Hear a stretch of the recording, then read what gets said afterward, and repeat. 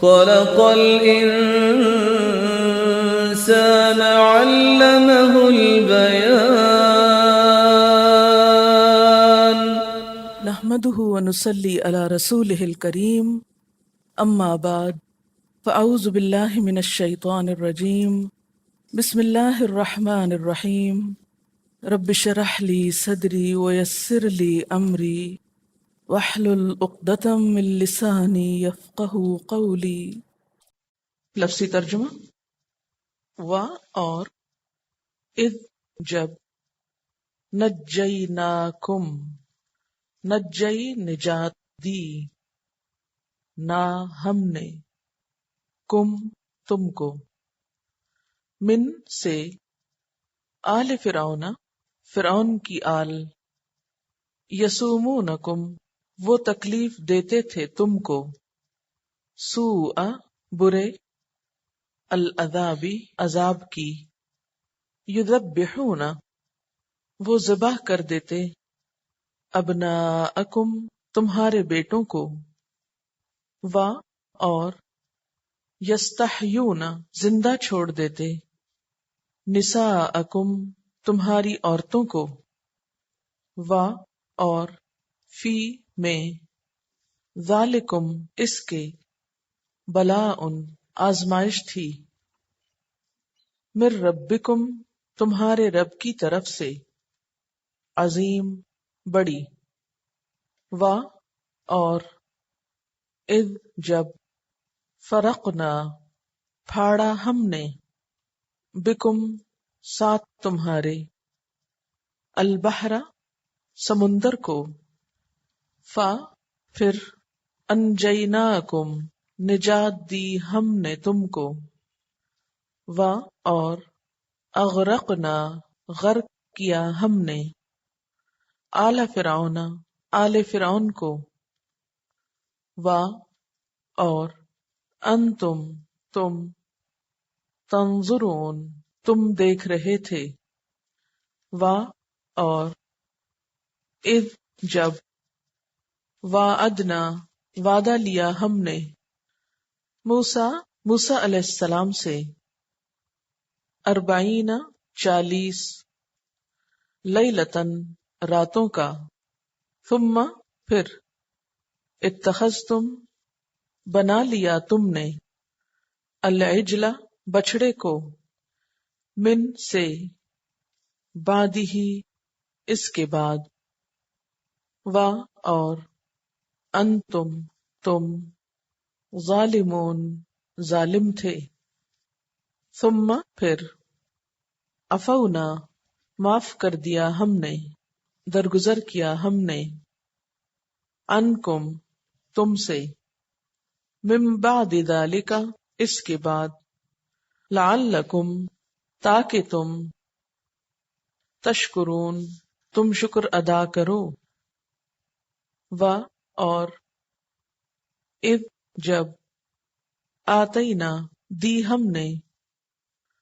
موسیٰ علیہ السلام کو، الکتاب کتاب، والفرقان اور فرقان، لعلکم تاکہ تم، تہتدون تم ہدایت پا جاؤ، و اور اذ جب، قال کہا، موسیٰ علیہ السلام نے، لقومہ اپنی قوم سے، یا قوم اے میری قوم، انکم بے شک تم نے، ظلمتم ظلم کیا تم نے، انفسکم اپنے نفسوں پر، باتخاذکم بوجہ اتخاذ بنانے، کم تمہارے، بوجہ تمہارے بنانے کے، العجل بچڑے کو،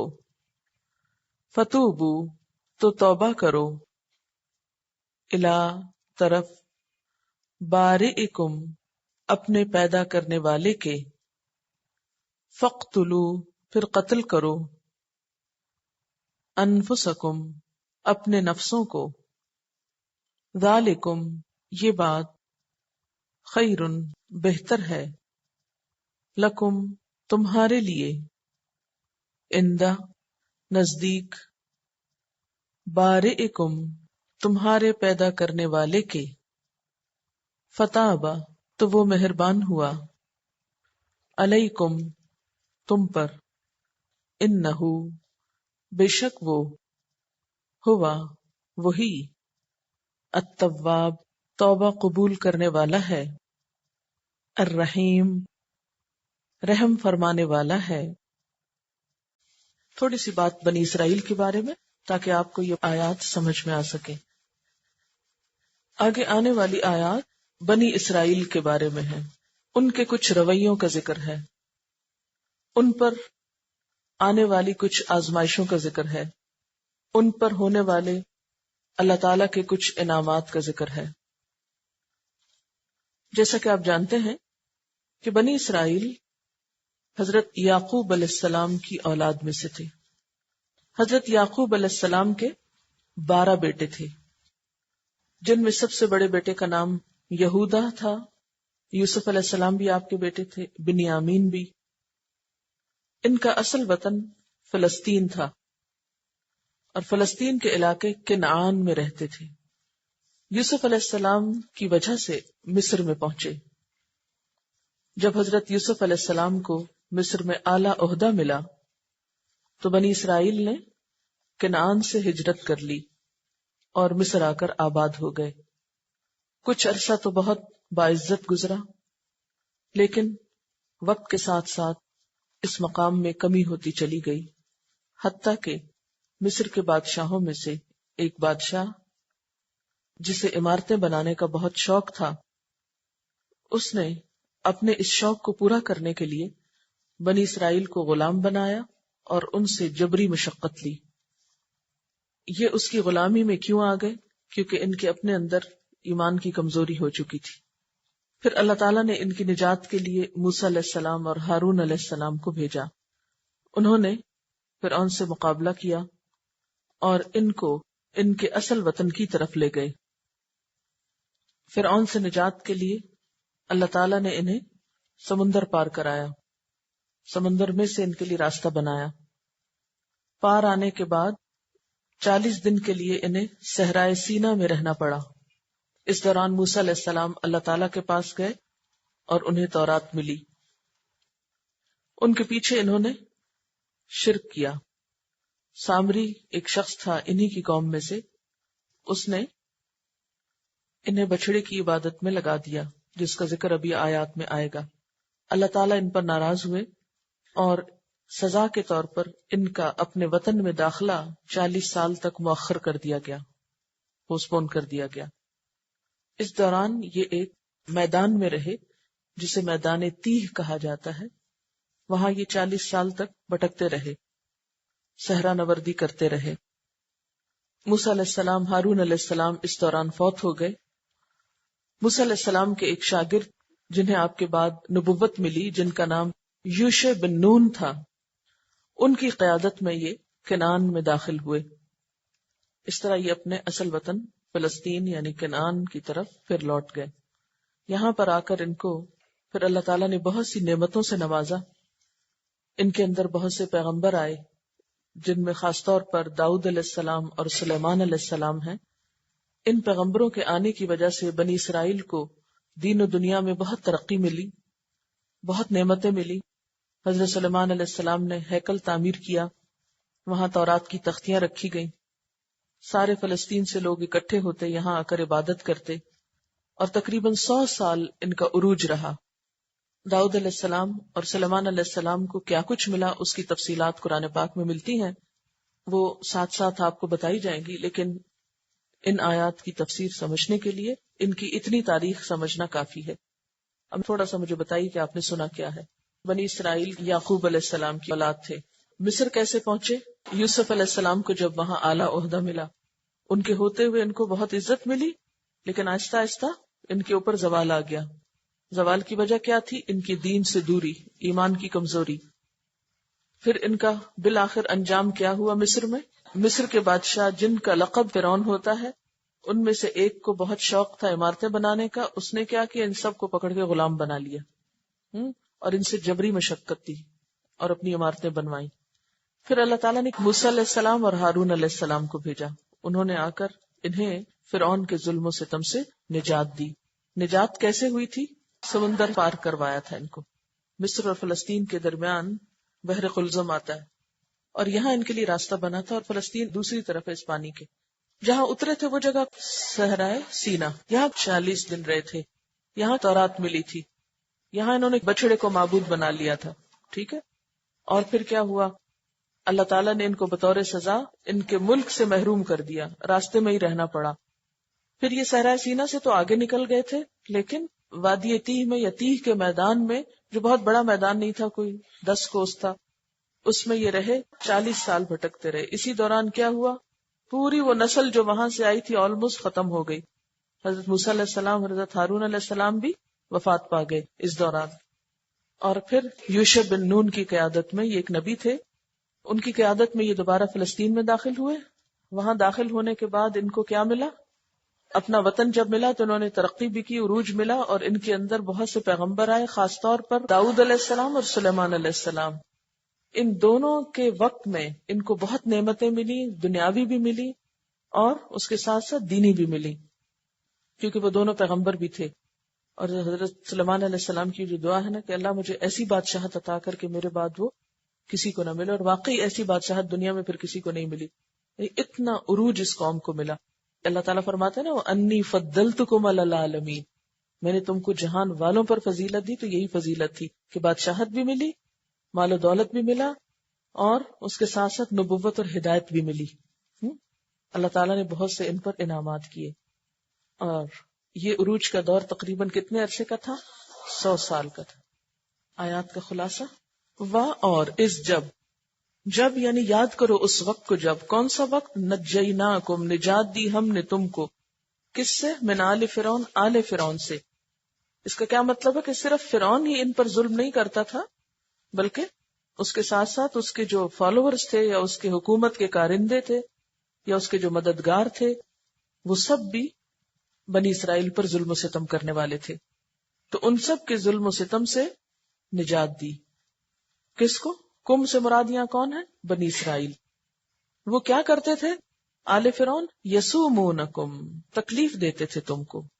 کس چیز کی تکلیف؟ سوء العذاب، بدترین عذاب کی. یذبحون ابناءکم، یہ تمہارے بیٹوں کو ذبح کر دیتے تھے. یہ کیوں ذبح کرتے تھے؟ کہا جاتا ہے کہ فرعون نے ایک خواب دیکھی تھی. خواب ایک ایسا ذریعہ ہوتا ہے کہ جس میں انسان کو بسا اوقات مستقبل کے بارے میں کچھ پتا چل جاتا ہے. کیا خواب آئی تھی فرعون کو؟ کہ بنی اسرائیل میں سے ایک لڑکا ایسا پیدا ہوگا کہ جو تمہارے تخت کو گرا دے گا یا تمہیں ختم کر دے گا، جو تمہارے زوال کا سبب ہوگا.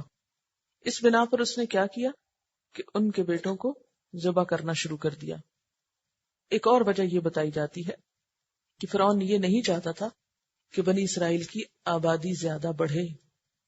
اس کے لیے وہ 1 سال بیٹوں کو ذبح کرتا اور 1 سال چھوڑ دیتا ہے. اسی وجہ سے جس سال ہارون علیہ السلام پیدا ہوئے تھے وہ سال ذبح کرنے کا نہیں تھا، اور جب موسیٰ علیہ السلام پیدا ہوئے وہ سال ذبح کرنے کا تھا.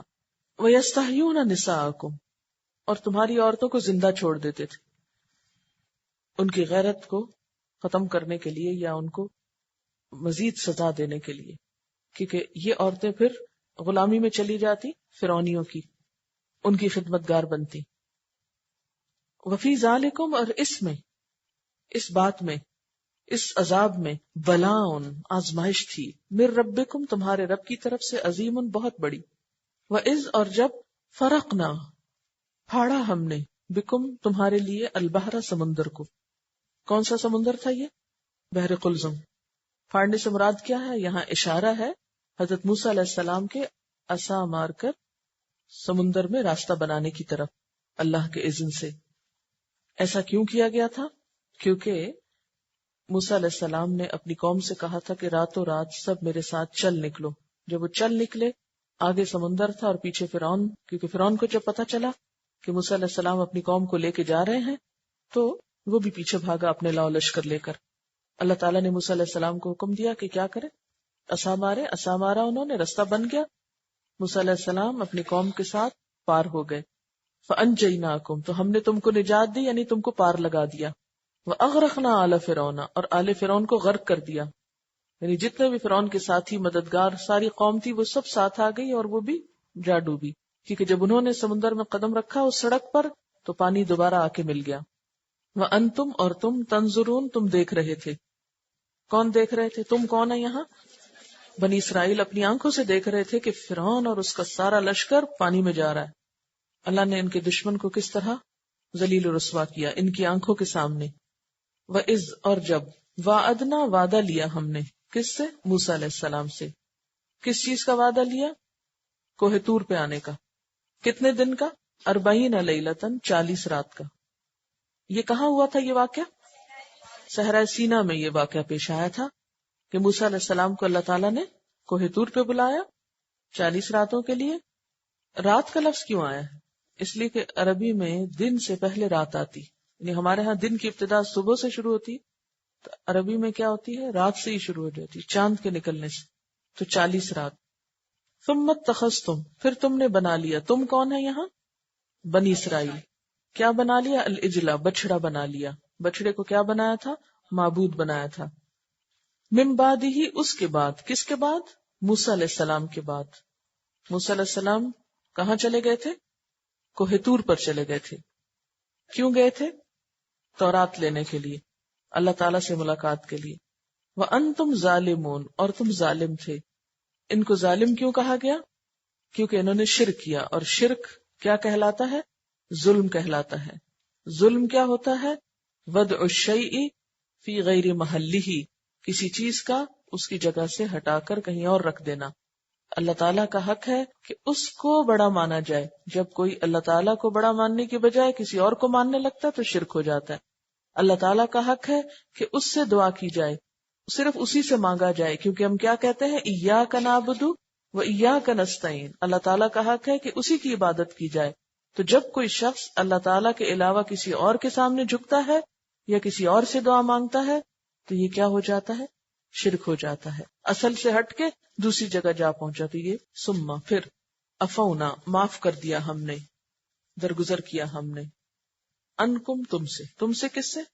بنی اسرائیل سے. یعنی اتنا بڑا گناہ کرنے کے بعد بھی اللہ تعالیٰ نے ان کو معاف کر دیا. من بعد ذالک اس کے بعد. کیوں؟ لعلکم تاکہ تم کیا کرو؟ تشکرون شکر ادا کرو. وَإِذْ اور جب آتینا دی ہم نے موسیٰ علیہ السلام کو کیا دی؟ الکتاب کتاب. کون سی کتاب تھی؟ تورات. اور یہ کب دی تھی؟ بحر قلزم پار کرنے کے بعد دی تھی، صحرائے سینا میں کوہ طور پر. والفرقان اور فرقان. یہ واو جو ہے نا الگ کے معنوں میں نہیں ہے، یہ بیانیہ ہے، یعنی کتاب ہی کی مزید وضاحت ہے، یعنی فرق کرنے والی حق کو باطل میں. اور تورات کیا ہے؟ اولڈ ٹیسٹمنٹ کی پہلی 5 کتابوں کو تورات کہتے ہیں. والفرقان اور فرقان کا ایک اور معنی بھی لیا گیا ہے معجزات. لعلکم تاکہ تم، یعنی کتاب دینے کی غرض کیا تھی؟ تاکہ تم تہتدون ہدایت پا جاؤ، تمہیں راستہ ملے. اس سے کیا پتا چلتا ہے کتاب کیوں آتی ہے؟ راہ پانے کے لیے. وَإِذْ اور جب قالا کہا کس نے؟ موسیٰ علیہ السلام نے لقومہ اپنی قوم سے کیا کہا؟ یا قومی اے میری قوم. کون سی قوم تھی یہ؟ بنی اسرائیل. انکم بے شک تم نے ظلمتم ظلم کیا تم نے انفسکم اپنی جانوں پر. یعنی جب کوئی شرک کرتا ہے تو اپنے اوپر ہی ظلم کرتا ہے. کیسے ظلم کیا؟ باتخاذکم العجلہ تمہارے بچڑے کو معبود بنانے کی وجہ سے. اب یہاں پر آپ دیکھیں کہ اللہ تعالیٰ معبود کا لفظ بھی نہیں بولتے، بس صرف بچڑا بنانے کی وجہ سے. اور بچڑا بنانے کا بھی کیونکہ انہوں نے سونے کا بچڑا بنا لیا تھا. تو اس لیے بوجہ بنانے تمہارے بچڑے کے، یعنی سونے کا بنانے کے اور اس کو معبود سمجھنے کے، یہ مراد ہے اتخاذ سے. فتوبو تو توبہ کرو، الی بارئکم طرف اپنے پیدا کرنے والے کے، اپنے رب کے. اور توبہ کے لیے شرط لگائی گئی کیا؟ فقتلوا انفسکم اپنے نفسوں کو قتل کرو. اس کا یہ مطلب نہیں خودکشی کرو، اس کا مطلب یہ ہے کہ اپنے ہی بھائی بندوں کو اب تم قتل کرو گے. کچھ لوگ ایسے تھے قوم کے کہ جنہوں نے شرک نہیں کیا تھا، اور کچھ ایسے تھے جنہوں نے شرک کیا تھا. اب جب قتل کرنے کی باری آئی تو کس کو کس سے قتل کروایا گیا؟ جنہوں نے شرک نہیں کیا تھا ان کو کہا گیا کہ وہ قتل کریں، کس کو؟ جنہوں نے شرک کیا تھا. تو یہاں حکم ہوا فقتلوا، قتل کرو، انفسکم، اپنے نفسوں کو، یعنی اپنی ہی قوم کے لوگوں کو جنہوں نے یہ ظلم ڈھایا تھا. ذالکم، یہ بات، خیر لکم، بہتر ہے تمہارے لیے، عند بارئکم، تمہارے پروردگار کے قریب. فتاب علیکم، تو وہ تم پر مہربان ہوا، پھر توبہ قبول ہوئی.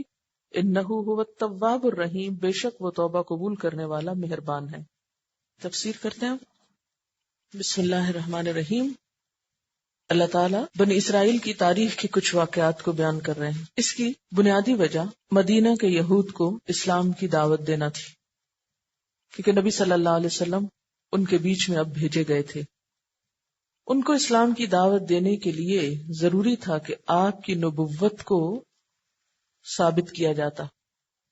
نبی صلی اللہ علیہ وسلم کی زبان سے ان کی تاریخ کے وہ واقعات جو صرف ان کے علماء کو معلوم تھے، ان واقعات کو سنوانا دراصل یہ معنی رکھتا ہے کہ آپ اللہ کے سچے نبی ہیں، ورنہ مکہ میں پیدا ہونے والا ایک شخص جو امی ہے، جو پڑھا لکھا نہیں، جس کے پاس کوئی کتاب نہیں، اس کے پاس یہ معلومات کہاں سے آئیں؟ کیونکہ ان لوگوں کی جو کتابیں تھیں وہ صرف ان کے علماء کے پاس ہوتی اور عوام کو بھی ان کی خبر نہیں ہوتی تھی، اور وہ چیزیں ہر ایک کو معلوم بھی نہیں ہوتی تھیں. تو نبی صلی اللہ علیہ وسلم کی زبان سے ان سارے واقعات کا پوری طرح ذکر ہونا، یہ اس آیت کی بھی تفصیل ہے کہ مصدقا لما معکم. اور پھر دوسری طرف بنی اسرائیل کو یہ احساس دلانا کہ دیکھو ماضی کی غلطیاں جو تم کر چکے ہو ان کو چھوڑ دو، اس نبی کا ساتھ دو، اللہ تعالیٰ کے انعامات کو یاد کرو اور دنیا میں ایک مثبت کردار ادا کرو.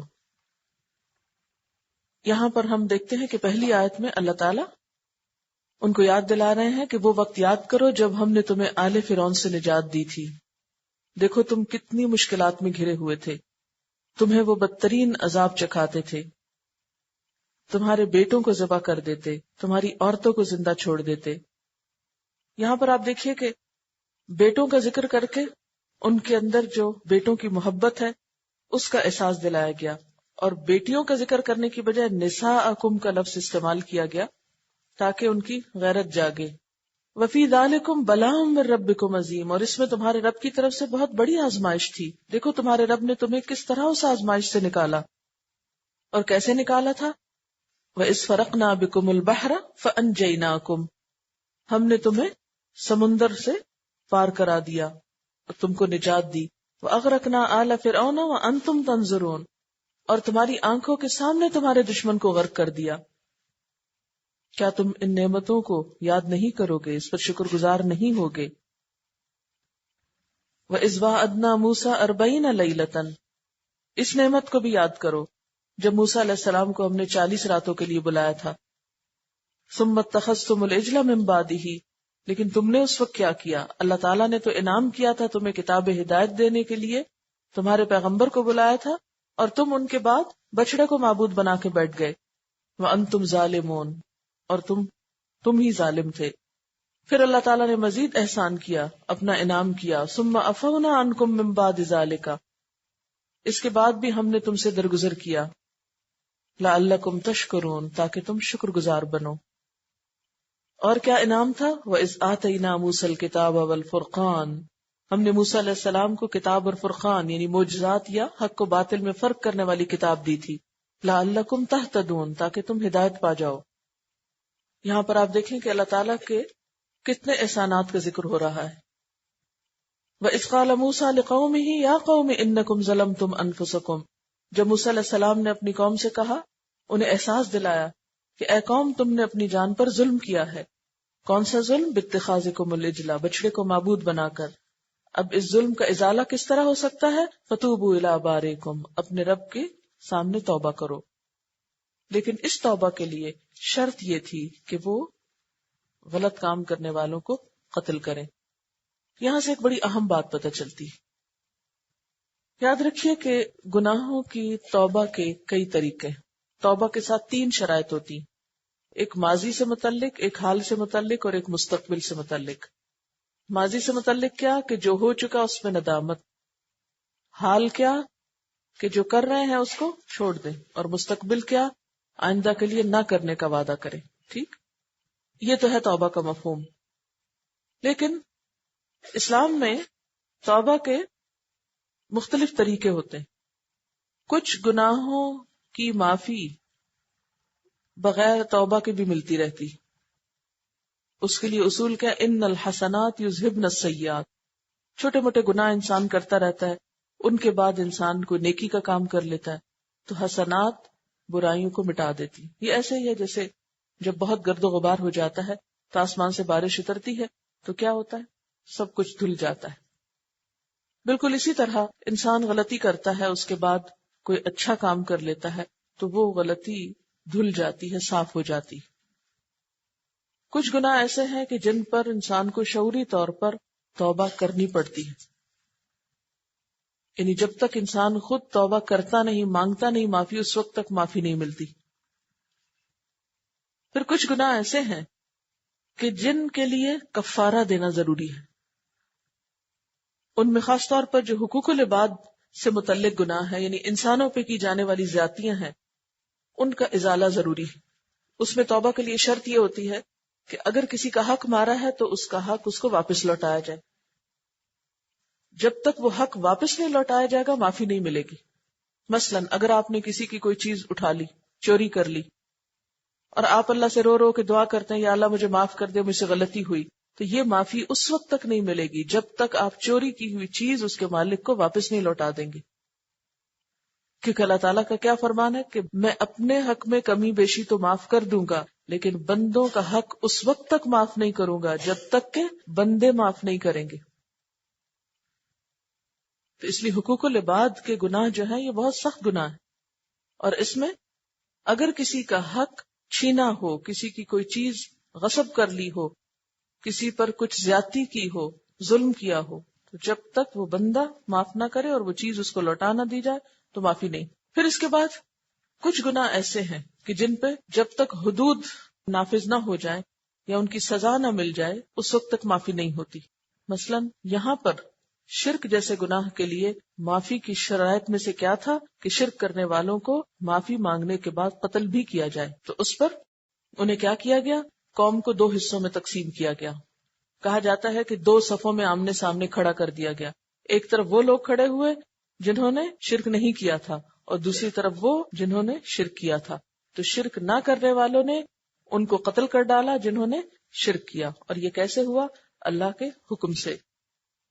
کہا جاتا ہے کہ 70,000 لوگ اس طرح مارے گئے تھے۔ فرمایا فَاقْتُلُوا أَنفُسَكُمْ، اب دیکھیے توبوا الی بارئکم فاقتلوا انفسکم ذالکم خیر لکم عند بارئکم، توبہ کرو اپنے رب کی طرف، اپنے نفسوں کو قتل کرو، یہ بات بہتر ہے تمہارے لیے تمہارے رب کے نزدیک، فتاب علیکم، تو وہ مہربان ہوا تم پر، پھر توبہ قبول ہوئی۔